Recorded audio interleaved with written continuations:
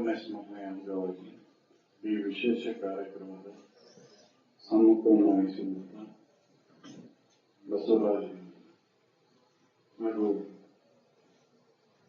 ಈ ಕಾರ್ಯಕ್ರಮದ ಅಧ್ಯಕ್ಷತೆಯನ್ನು ವಹಿಸಿದಂತ ದೇಸಾಯಿ ಅವರಲ್ಲಿ ಹಾಗೂ ಉಪನ್ಯಾಸವನ್ನ ಹೇಳಿದಂತ ಡಾಕ್ಟರ್ ಎಸ್ ಗುರುವತ್ಸ ಅವರಿಗೆ ಹಾಗೂ ಹಿರಣ್ಣ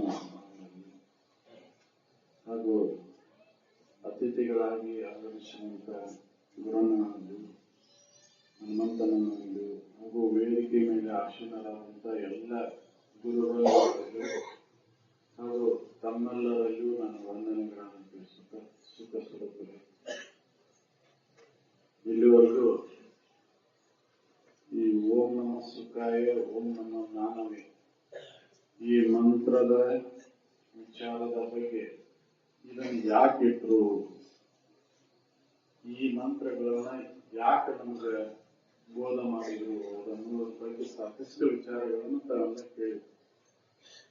ನಾನು ಶಿವಾನಂದನವರ ಮತ್ತೆ ನಮ್ಮ ಕೆ ಸರ್ ಆಕಟಿ ಸರ್ ನನ್ನ ಹತ್ರ ಈ ವಿಷಯದ ಯಾವ ವಿಷಯಗಳನ್ನು ಅಂತ ಕೇಳಕ್ ಬಂದಾಗ ಇದನ್ನ ಇಡ್ತೇನೆ ಅಂತಂದ್ರು.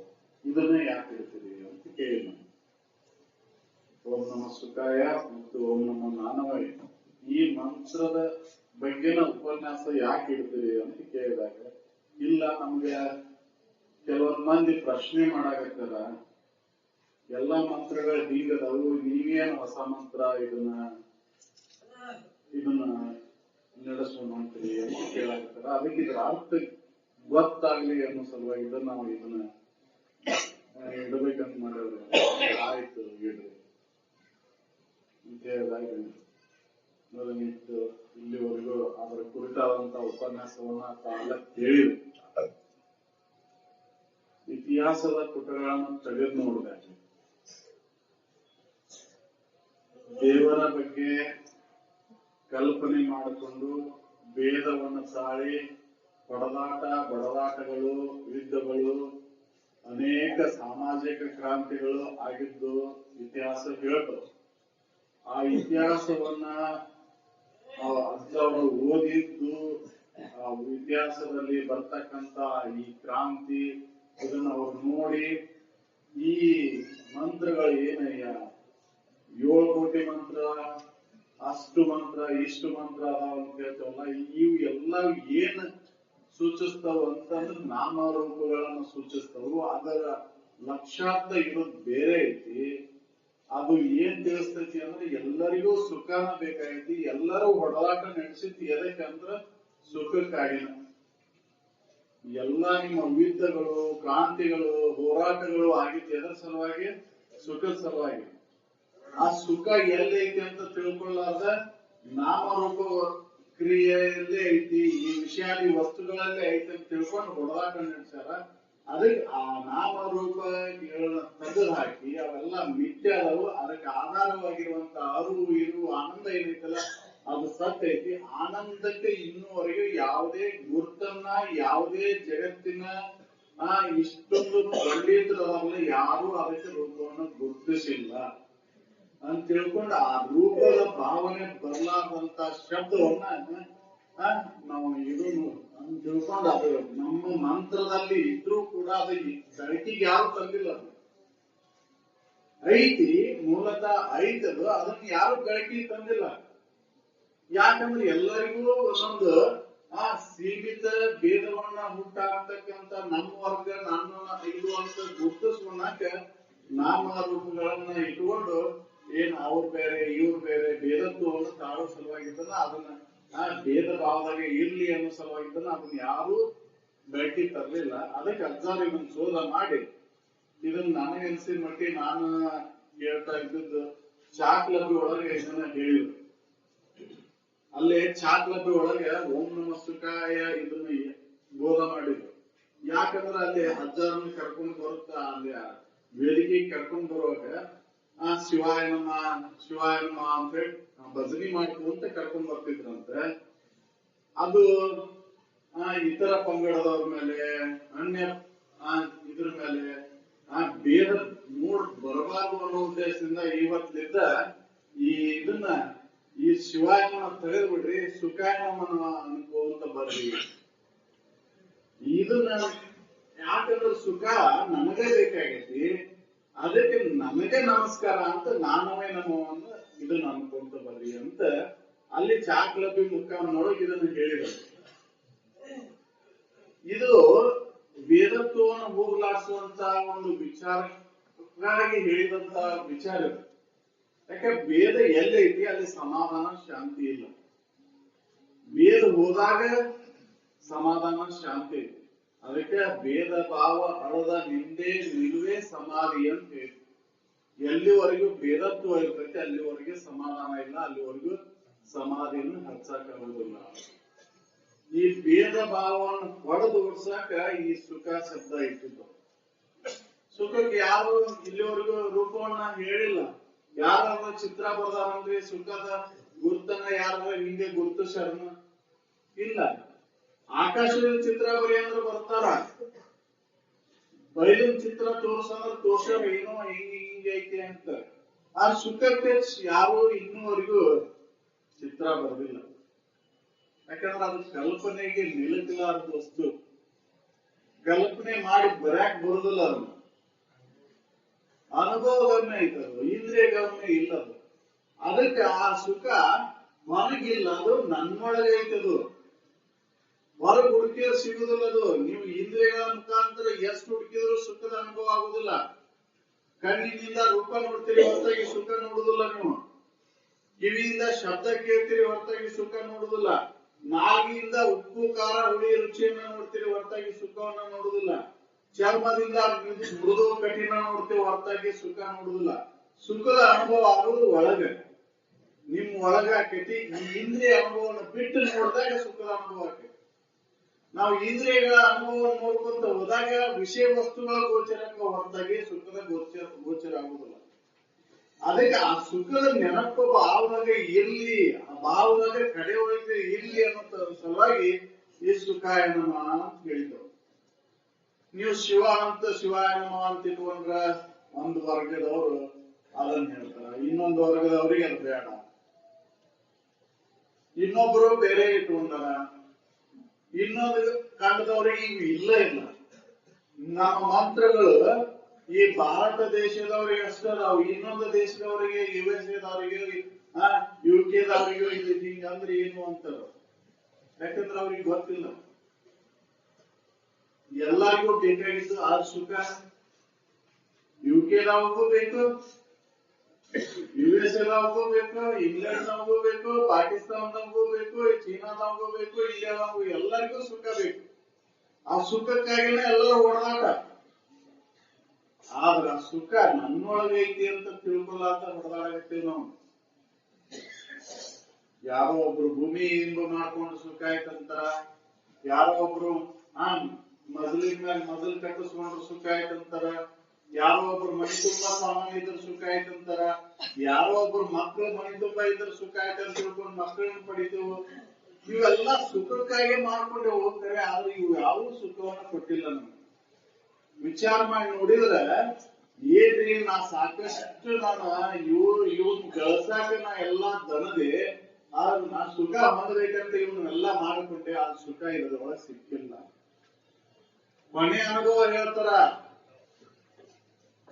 ಅದು ಮೊದ್ಲಿಗೆ ಮಾಡ್ಬೇಕಾರೆ ಯಾರು ಹೇಳುದಿಲ್ಲ, ಯಾಕಂದ್ರೆ ಭಾವಿಸ್ಕೊಂಡಿರ್ತಾರೆ. ಇವೆಲ್ಲ ಭಾವನೆಗಳ ಮುಖಾಂತರ ನಾವು ಸುಖವನ್ನು ಹೊಂದಾಕತ್ತೇವು. ಹಂಗೆ ಈ ಭಾವನೆಗಳನ್ನ ಮಾಡ್ಕೊಂಡು ನಾವು ಮಂತ್ರ ಅರ್ಥವನ್ನ ತಪ್ಪು ಕಲ್ಪನೆ ಮಾಡ್ಕೊಂಡು ಈ ಭಾವಚಿತ್ರಗಳನ್ನ ಮಾಡ್ಕೊಂಡು ಆ ಭಾವಚಿತ್ರನ ನಿಜ ಅಂತ ತಿಳ್ಕೊಂಡ್ಬಿಟ್ಟೆವು. ಅದಕ್ಕಾಗಿ ಹೋರಾಟ ನಡೆದವ. ಶಿವ ಅಂದ್ರ ಮಂಗಲ ಕಲ್ಯಾಣ. ಅದು ಎಲ್ಲೈತಿ ಅಂದ್ರೆ ನನ್ನೊಳಗೆ ಐತಿ, ನಾನ ಅದರಲ್ಲಿ. ಮಂಗಲ ಯಾವಾಗ ಆಕೈತಿ? ನನ್ನ ಮತಿ ಶುದ್ಧಾದಾಗ. ಮತಿ ಒಳಗಿನ ಭೇದ ಭಾವ, ಈ ಕಾಮ ಕ್ರೋಧಾದಿಗಳು ಎಲ್ಲಿವರೆಗೂ ಇರ್ತಾವ ಅಲ್ಲಿವರೆಗೂ ಸುಖವನ್ನು ಹೊಂದಕ್ಕಾಗುವುದು. ಅದಕ್ಕೆ ಮತಿಗೆ ಮಂಗಳ ಯಾವುದು ಉತ್ತಮ ಸಂಘದೊಳಗೆ ಬಂದಾಗ ಆ ಮತಿ ಒಳಗಿರ್ತಕ್ಕಂಥ ಈ ಭೇದ ಭಾವವನ್ನ ಕಾಮ ಕ್ರೋಧಾದಿ ಎಂಬ ಅರ್ಷಡ್ ವರ್ಗಗಳನ್ನು ದೂರ ಮಾಡಿಕೊಂಡಾಗ ಶಾಂತಿ ಇರ್ತೈತಿ. ಅದಕ್ಕೆ ಉತ್ತಮ ಸಂಘದಾಗ ಬರ್ಬೇಕಾಗೈತಿ. ನಾವು ಅಲ್ಲಿ ಭೇದತ್ವವನ್ನು ತೆಗೆದು ಹಾಕ್ಬೇಕಾಗೈತಿ. ಭೇದ ಎಲ್ಲಿವರೆಗೂ ಇರ್ತೈತಿ ಅಲ್ಲಿವರೆಗೂ ಸುಖ ಇದೆ. ನಾವು ಮಂತ್ರಗಳನ್ನ ದೇವರ ಆ ಶಬ್ದಗಳನ್ನ ಕಲ್ಪನೆ ಮಾಡಿಕೊಂಡು ಆ ಮಂತ್ರದ ಅರ್ಥ ಅಂದ್ರೆ ಈ ದೇವರ ಈ ಕಲ್ಪನೆ ಮಾಡ್ಕೊಂಡಂತ ರೂಪನ ನಿಜ ಅಂತ ತಿಳ್ಕೊಂಡಿರ್ತೇವೆ. ಶಿವ ಅಂದ್ರೆ ಅದೊಂದು ಚರ್ಮ ಸುತ್ತಕೊಂಡವ, ಜಡಿ ಬಿಟ್ಕೊಂಡವ, ಗಂಗೆ ಇಟ್ಕೊಂಡವ ತಲೆ ಮೇಲೆ. ಇದಲ್ಲ, ಇದು ಕಲ್ಪಿತ. ಯಾರೋ ಒಬ್ರು ಕಲ್ಪಿಸಿದ್ರು ಇನ್ನು. ಅದು ನಿನಗೆ ಅನುಭವ ಬಂದೈತೇನೋ? ಯಾರಾದ್ರೂ ನೋಡಿರೇನೋ ಶಿವನ್ನ? ಅಥವಾ ನಾರಾಯಣನ್ ನೋಡಿರೇನೋ? ಯಾರು ನೋಡಿಲ್ಲ. ಒಬ್ಬೊಬ್ಬರ ಕಲ್ಪನೆಗಳಿವಲ್ಲ. ಕಲ್ಪನೆಗಳಿಗೆ ನಾಮವನ್ನಿಟ್ಟು ಆ ನಾಮಕ್ಕನುಸಾರವಾಗಿ ಚಿತ್ರವನ್ನು ಬರೋದು ಅದು ನಿಜ ಅಂತ ಬಿಂಬಿಸಾಕ್ ಹೋದೇನು. ಅದರಿಂದ ದುಃಖನ ಐತಿ, ಹೊಡೆದಾಟ ಮಾಡಾಕತ್ತೀವಿ. ಅದಕ್ಕೆ ಅವರು ಈ ಹೊಡೆದಾಟ ಭೇದ ದೂರ ಆಗ್ಲಿ, ಸಮಾಜದವರು ಶಾಂತಿ ನೆಲೆಸ್ಬೇಕಂದ್ರೆ ಈ ನಾಮರೂಪಗಳನ್ನು ಹಿಡ್ಕೊಂಡು ಹೊಂಟಿವಲ್ಲ, ಈ ನಾಮರೂಪಗಳನ್ನು ತೆಗೆದು ಹಾಕಬೇಕು. ತೆಗೆದು ಹಾಕಿದಾಗ ಮಾತ್ರ ಶಾಂತಿ ಐತಿ. ಅಲ್ಲಿವರೆಗೂ ಶಾಂತಿ ಇಲ್ಲ ಅಂತ ತಿಳ್ಕೊಂಡು ನೀವೆಲ್ಲರೂ ಆ ಸುಖವನ್ನು ಅನ್ಕೊಂತ ಬರ್ಪ. ಅದು ಸುಖಕ್ಕೆ ಇನ್ನವರೆಗೂ ಯಾರು ಗುರುತಿಸಿಲ್ಲ ರೂಪವನ್ನ.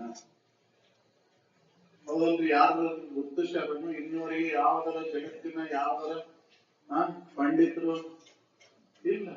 ಆನಂದವನ್ನ ಕಲ್ಪಿಸಕ್ಕೆ ಬರುದಿಲ್ಲ. ಅದನ್ನ ಅದು ಹಿಂಗ ಐತಿ ಅಂತ ಚಿತ್ರ ಬರೆದು ಹೇಳಕ್ ಬರುದಿಲ್ಲ. ಅದಕ್ಕೆ ಅದನ್ನ ಹೇಳಿದವ್ರು. ಅದು ನನಗೆ ಬೇಕಾಗೈತಿ, ಅದು ನನ್ನೊಳಗೆ ಐತಿ, ಹೊರಗಿಲ್ಲದು. ಹೊರಗೆಲ್ಲರೂ ಸಿಗ್ತೈತಿ ಅದು ಇಲ್ಲ. ಅದಕ್ಕೆ ಹೊರಗೆ ಯಾವ್ದು ತಯಾರು ಮಾಡಿದ್ರು ಅಂತ ಕೇಳಿದವ್ರು. ತಯಾರು ಮಾಡಿಕೊಡ್ರಿ. ಫ್ಯಾಕ್ಟ್ರಿ ಒಳಗೆ ಸಾಮಾನುಗಳನ್ನ ತಯಾರು ಮಾಡ್ತೀರಿ, ಆದ್ರೆ ವಸ್ತು ತ್ರಿಕಾಲ ಬಾಧಿತ ವಸ್ತುವಿನನ್ನ ಯಾರು ತಯಾರು ಮಾಡಿಲ್ಲ. ಅದು ಇರುವುದು ಅನಾದಿ ಕಾಲದಿಂದ ಇರ್ತಕ್ಕಂಥದ್ದು. ಆದಿ ಅಂತ್ಯ ಮಧ್ಯದೊಳಗೂ ಇರ್ತಕ್ಕಂಥ ವಸ್ತು ಅದು ನೀನ ಅರಿ. ಹೊರಗಿಲ್ಲದು. ಹೊರಗೆ ಹುಡುಗಿಯರು ಸಿಗುವುದಿಲ್ಲ. ನಿನ್ನೊಳಗೆ ನೋಡ್ಕೋದು. ಯಾಕಂದ್ರೆ ಅದು ಒಂದೇ ಐತಿ, ಅದ್ವೈ ಐತಿ, ಅಖಂಡ ಐತಿ, ನಿತ್ಯ ಐತಿ, ಪರಿಪೂರ್ಣ ಐತಿ, ಆನಂದ ಸ್ವರೂಪ ಐತಿ. ಅದಕ್ಕೆ ಅದು ಸುಖ ನಿತ್ಯ ಪರಿಪೂರ್ಣ ಅಂತ ಅಮ್ಮ ಹೇಳಿದ್ರಲ್ಲ. ನಿತ್ಯವಾಗಿರ್ಬೇಕು, ಅದು ಪರಿಪೂರ್ಣವಾಗಿರ್ಬೇಕು, ಅರ್ಧಂಬರ್ಧ ಇರಬಾರ್ದು. ಇವೆಲ್ಲ ನಮ್ಗೆ ವಿಷಯ ವಸ್ತುಗಳ ಅರ್ಧಂಬರ್ಧ ಸುಖ ಅನಿಸ್ತವು. ಯಾಕಂದ್ರೆ ಒಂದೊಂದು ಭಾವನೆ ಒಬ್ಬೊಬ್ಬರಿಗೆ ಐತಿ. ಎಲ್ಲರಿಗೂ ಎಲ್ಲಾ ವಿಷಯ ವಸ್ತುಗಳು ಬೇಕಾಗಿಲ್ಲ. ಅವ್ರಿಗೆ ಯಾವ್ಯಾವ ಭಾವಿಸ್ಕೊಂತಾರ ಆ ವಿಷಯ ವಸ್ತುಗಳನ್ನ ಅಷ್ಟ ಆಸೆ ಪಡ್ತಾರ ಅವ್ರು. ಇನ್ನೊಬ್ಬರಿಗೆ ಅವ್ರ ಸುಖ ಇಲ್ಲ. ಅದ್ರಾಗ ಸುಖ ಅದ್ರಾಗ ಐತಿದ್ರೆ ಎಲ್ಲರೂ ಅದನ್ನ ಬಯಸ್ಬೇಕಿತ್ತು. ಯಾರೋ ಶಬ್ದವನ್ನ, ಯಾರೋ ರೂಪವನ್ನ, ಯಾರೋ ರಸವನ್ನ, ಯಾರೋ ಗಂಧವನ್ನ, ಯಾರೋ ಸ್ಪರ್ಶವನ್ನ ಅಪೇಕ್ಷೆ ಮಾಡಾಕ್ತೇವೆ. ಯಾಕಂದ್ರೆ ನಮ್ಮ ತಪ್ಪು ತಿಳುವಳಿಕೆ, ನಮ್ಮ ಅಜ್ಞಾನ ಅದ್ರೊಳಗೆ ಐತಿ ಅಂತ ಹಿಡ್ಕೊಂಡ್ ಕುಂತೇವು. ಇವು ಹಿಂದಿನ ಜನ್ಮದ ಸಂಸ್ಕಾರಕ್ಕನುಸಾರವಾಗಿ ಇದ್ರೊಳಗೆ ಅಂಟ್ಕೊಂಡ್ ಕುಂತೇವೆ ನಾವು. ಆ ಸಂಸ್ಕಾರ ಬಲದಿಂದ ಆ ವಿಷಯ ವಸ್ತುಗಳನ್ನ ಸುಖ ಐತಿ, ವಿಷಯ ವಸ್ತುಗಳಲ್ಲಿ ಸುಖ ಅಂತ ಆರಿಸ್ಕೊಂತೇವೆ ನಾವು. ಈ ಸಂಸ್ಕಾರದ ಉಳುಮೆಯನ್ನ ಕಳ್ಕೋಬೇಕಾಗೈತಿ ಇದೆ ನಾವು. ಈ ಸಂಸ್ಕಾರದಿಂದ ಬಂದಂತ ಏನು ವಿಷಯ ವಾಸನೆಗಳನ್ನ ನಾವು ಎಲ್ಲಿವರೆಗೂ ತ್ಯಾಗ ಮಾಡೋದಿಲ್ಲ, ಅಲ್ಲಿವರೆಗೂ ನಿಜ ಸುಖವನ್ನು ಹೊಂದಾಕ್ ಬರುದಿಲ್ಲ. ಅದು ನನ್ನೊಳಗೈತೆ ಅಂತ ತಿಳ್ಕೊಳಕ್ ಆಗೋದಿಲ್ಲ. ಅದಕ್ಕೆ ವಿವೇಕ ಬೇಕಾಗೈತಿ ಮನುಷ್ಯನಲ್ಲಿ. ಆ ವಿವೇಕ ಐತಿ. ಅದು ಹೆಂಗಾಗೈತಿ ಅಂದ್ರೆ ಕಾರ್ಮೋಡ ಆವರ್ಸ್ಕೊಂಡ ಹೆಂಗ ಮಬ್ಬುಗತ್ಲಾಗೈತೆ ಹಂಗ ಆವರ್ಸ್ಕೊಂಡ್ಬಿಟ್ಟೈತಿ ನಮ್ಮ ಮತಿಗೆ. ಅದನ್ನ ಕಳ್ಕೋಬೇಕಾಗೈತಿ. ಅದು ಎಲ್ಲಿ ಸಿಗ್ತೈತಿ? ಸತ್ಸಂಗದಲ್ಲಿ ಸಿಗ್ತೈತಿ. ಅದಕ್ಕೆ ಸತ್ಸಂಗವನ್ನ ಅವಲಂಬನ ಆಗುವಂತೆ. ನಿಜಗೊಂಡ್ರೆ ಇನ್ನೊಂದು ಮಾತು ಹೇಳಿದವರು, ಆವ ಮತಗಳು ಆರು ವಿಶ್ವದಿಸುವ ವಿಶ್ವಭಾವನೆಯನ್ನು ಒಮ್ಮೆಯೂ ಬೆರೆಸಬೇಕು. ಸಾಕಷ್ಟು ನೋಡಿ ಬೇರೆ ಬೇರೆ ಹೇಳ್ಕೊಂತ ಹೋಗ್ಯಾರ. ಎಲ್ಲಾ ಮತಗಳು ಬೇರೆ ಬೇರೆನೆ ಹೇಳ್ಕೊಂತ ಹೋಗ್ಯಾವು. ನಂದೊಂದ್ ಮತ, ನಿಂದೊಂದ್ ಮತ, ಎಲ್ಲಾ ಮತಗಳನ್ನ ಅಂದ್ರೆ ಪಂಗಡಗಳನ್ನ ಸೃಷ್ಟಿಸುವ ಹೊರತಾಗಿ ನಿಜದ ಅನುಭವವನ್ನು ಯಾರು ಮಾಡ್ಕೊತಿಲ್ಲ. ಅದಕ್ಕೆ ನಿನ್ನ ಅನುಭವಕ್ಕೆ ಏನ್ ಬಂದೈತಿ ಅದನ್ನ ತಿಳ್ಕೊ. ನಿನ್ನ ಅನುಭವ ನಿನಗೆ ನೋಡ್ಕೋ. ಅದನ್ನ ಈ ಮನಸ್ಸಿನಲ್ಲಿ ಏನ್ ತಪ್ಪು ತಿಳುವಳಿಕೆಯಿಂದ ನೀ ವಿಷಯಾದಿಗಳಲ್ಲಿ ಹುಡುಕಾಕತ್ತಿಯಲ್ಲ ಸುಖವನ್ನ, ಅದು ನೀನು ಸಿಕ್ಕೈತು ಇಲ್ಲೋ ಅನ್ನೋದು ನಿನ್ನ ಅನುಭವದಿಂದ ನೋಡ್ಕೋದನ್ನ. ಇವತ್ತ ಶಬ್ದದೊಳಗು ರೂಪದೊಳಗು ಹರಿತಕ್ಕಂತ ಮನಸ್ಸನ್ನ ತಿರುಗಿ ನಿಂತು ಅದ್ರೊಳಗ ಸುಖ ಸಿಕ್ತು ಇಲ್ಲೋ ಅನ್ನೋದು ನೀವು ವಿಚಾರ ಮಾಡಿ ನೋಡು. ಈ ವಿಚಾರ ಮಾಡ್ತಕ್ಕಂತ ವಿವೇಕ ಜಾಗೃತ ಆಗ್ಬೇಕಲ್ಲ ನಮ್ಮಲ್ಲಿ. ಅದು ಎಲ್ಲಿ ಜಾಗೃತ ಆಕೈತಿ? ವಿಚಾರದಿಂದನೇ ಜಾಗೃತ ಆಕೈತಿ. ನೀ ಮಂತ್ರ ಅನ್ಕೊಂತ ಕುಂತ್ರ ಜಾಗೃತ ಆಗುದಿಲ್ಲ, ಶಬ್ದವನ್ನ ಅನ್ಕೊಂತ ಕುಂತ್ರ ಜಾಗೃತ ಆಗುದಿಲ್ಲ. ಅದು ವಿಚಾರದಿಂದ ಮಾತ್ರ ಜಾಗೃತ ಆಕೈತಿ. ಆ ವಿಚಾರ ಎಲ್ಲಿ ಸಿಗ್ತಾವೋ ಅಲ್ಲೇ ನೀನು ನಿರಂತರ ಸಂಪರ್ಕ ಮಾಡುವುದು. ಅನುದಿನ ಯಾವಾಗಲೂ ಬಿಟ್ಟು ಬಿಡದ ಅಲ್ಲೇ ಸಂಪರ್ಕದೊಳಗೆ ಹೋದಾಗ ಈ ಏನು ಮತವಾದಿಗಳು ಅವರು ಇವರು ಹೇಳಿದಂತ ಏನು ತಪ್ಪು ತಿಳುವಳಿಕೆ ಎಲ್ಲ ದೂರ ಆಗ್ತದೆ. ಯಾಕಂದ್ರೆ ನನ್ನ ಅನುಭವ ಶ್ರೇಷ್ಠ ಐತಿ. ಹೌದಲ್ಲ, ನನಗೆ ಖಾರ ತಿಂದ್ರ ಹೊಟ್ಟೆ ಉರಿತೈತೋ ಇಲ್ವೋ ಅನ್ನೋದು ನನಗ್ ಗೊತ್ತಾಕೈತಿ. ಇನ್ನೊಬ್ರು ಹೇಳಿದ್ರ ಅನುಭವ ಗೊತ್ತಾಗೋದಿಲ್ಲ. ನನಗೆ ಹೇಳೋ ಗ್ರಂಥಗಳು ಖಾರ ತಿಂದ್ರ ಹೊಟ್ಟೆ ಉರಿತೈತಿ ಅಂತ ಹೇಳ್ತೈತಿ. ಆದ್ರೆ ನನಗ್ ಖಾತ್ರಿ ಇಲ್ಲಲ್ಲ. ನಾನ್ ಖಾತ್ರಿ ಮಾಡ್ಕೋಬೇಕಲ್ರಿ, ಅದನ್ನ ನನಗೆ ಅನುಭವ ಕಚ್ಕೋಬೇಕಲ್ಲ. ನಾನ್ ತಿಂದಾಗ ಗೊತ್ತಾಗುದಲ್ಲ. ಅದಕ್ಕೆ ನಿನ್ನ ಅನುಭವ ಶ್ರೇಷ್ಠ ಐತಿ. ನಿನಗೆ ಅನುಭವಕ್ಕೆ ನಿಲ್ಕಿದ್ರೆ ಒಪ್ಕೋ, ನಿನಗೆ ಅನುಭವಕ್ಕೆ ನಿಲ್ಲಕ್ಕಿಲ್ಲ ಅಂದ್ರೆ ಅದನ್ನ ಒಪ್ಕೋಣ.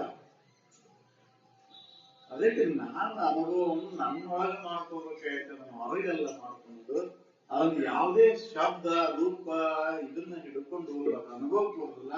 ಇದನ್ನ ನಿನ್ನೊಳಗೆ ನೀ ಖಾತ್ರಿ ಮಾಡ್ಕೊಳ್ಳೋದ್ರಿಂದ ನಿನ್ನ ಮನುಷ್ಯನಲ್ಲಿ ಇರುವಂತಹ ದೋಷಗಳನ್ನು ದೂರ ಮಾಡ್ಕೊಂಡಾಗ ಇದು ಅನುಭವಕ್ಕೆ ಬರ್ತದೆ. ಅದಕ್ಕೆ ಆ ಅನುಭವದಿಂದ ಆಗಿರ್ತಕ್ಕಂಥದ್ದನ್ನ ನೀ ಇಂದ್ರಿಯಗಳನ್ನು ಮುಖಾಂತರ ಹುಡುಕಾಕತಿ. ಅದು ತಪ್ಪೈತಿ, ಬಿಡು. ಆ ಸುಖ ನಿನಗೆ ಬೇಕಾಗೈತೆ ಅಂದ್ರೆ ಅದನ್ನ ನಿನ್ನೊಳಗೆ ನೋಡ್ಕೊ. ಅದಕ್ಕೆ ನಿನಗೆ ನಮಸ್ಕಾರ. ನೀ ಅದರಿ, ಆ ಸುಖ ಸ್ವರೂಪನ ನೀನದಿ. ನಿನಗೆ ಅನ್ಯವಾಗ್ಯದ ಸುಖ ಇಲ್ಲ, ನಿನ್ನ ಬಿಟ್ಟು ಹೊರಗದ ಇಲ್ಲ, ನೀನ ಅದದಿ. ಅದಕ್ಕೆ ನಿನ್ನನ್ನ ನೀನ್ ನಮಸ್ಕರಿಸು. ಈ ದೇಹಕ್ಕಲ್ಲ, ಈ ದೇಹ ವಿಕಾರ ಆಗ್ತಕ್ಕಂಥದ್ದು, ನಾಶ ಆಗ್ತಕ್ಕಂಥದ್ದು. 6 ನಮೂನೆ ವಿಕಾರದಿಂದ ಕೂಡಿದಂಥದ್ದು ಇದು ಶರೀರ. ಜನಿ, ಅಸ್ಥಿ, ವರ್ಧತೆ, ಪರ್ಣತೆ, ಕ್ಷಯ, ನಾಶ ಎಂಬ 6 ನಮೂನೆ ವಿಕಾರದಿಂದ ಕೂಡಿದಂತ ಈ ಶರೀರ ನಾನಂತ ನಂಬ್ಕೊಂಡು ಕುಂತಿ.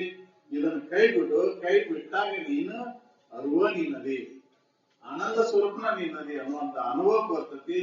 ಈ ವಿಚಾರವನ್ನ ವಿವೇಕವನ್ನ ಜಾಗೃತಗೊಳಿಸ್ಕೊಂಡಾಗ ಈ ಮನುಷ್ಯ ಜನ್ಮದ ಸಾರ್ಥಕತೆ ಐತಿ.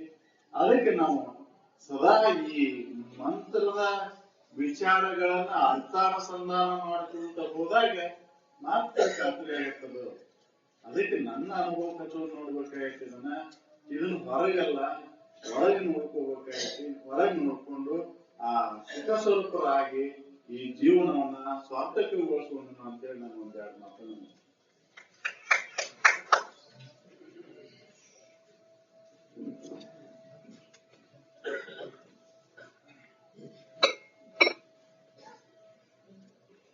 ಸಾನ್ನಿಧ್ಯವನ್ನು ವಹಿಸಿದಂತ ಪರಮ ಪೂಜ್ಯ ಸಮರ್ಥ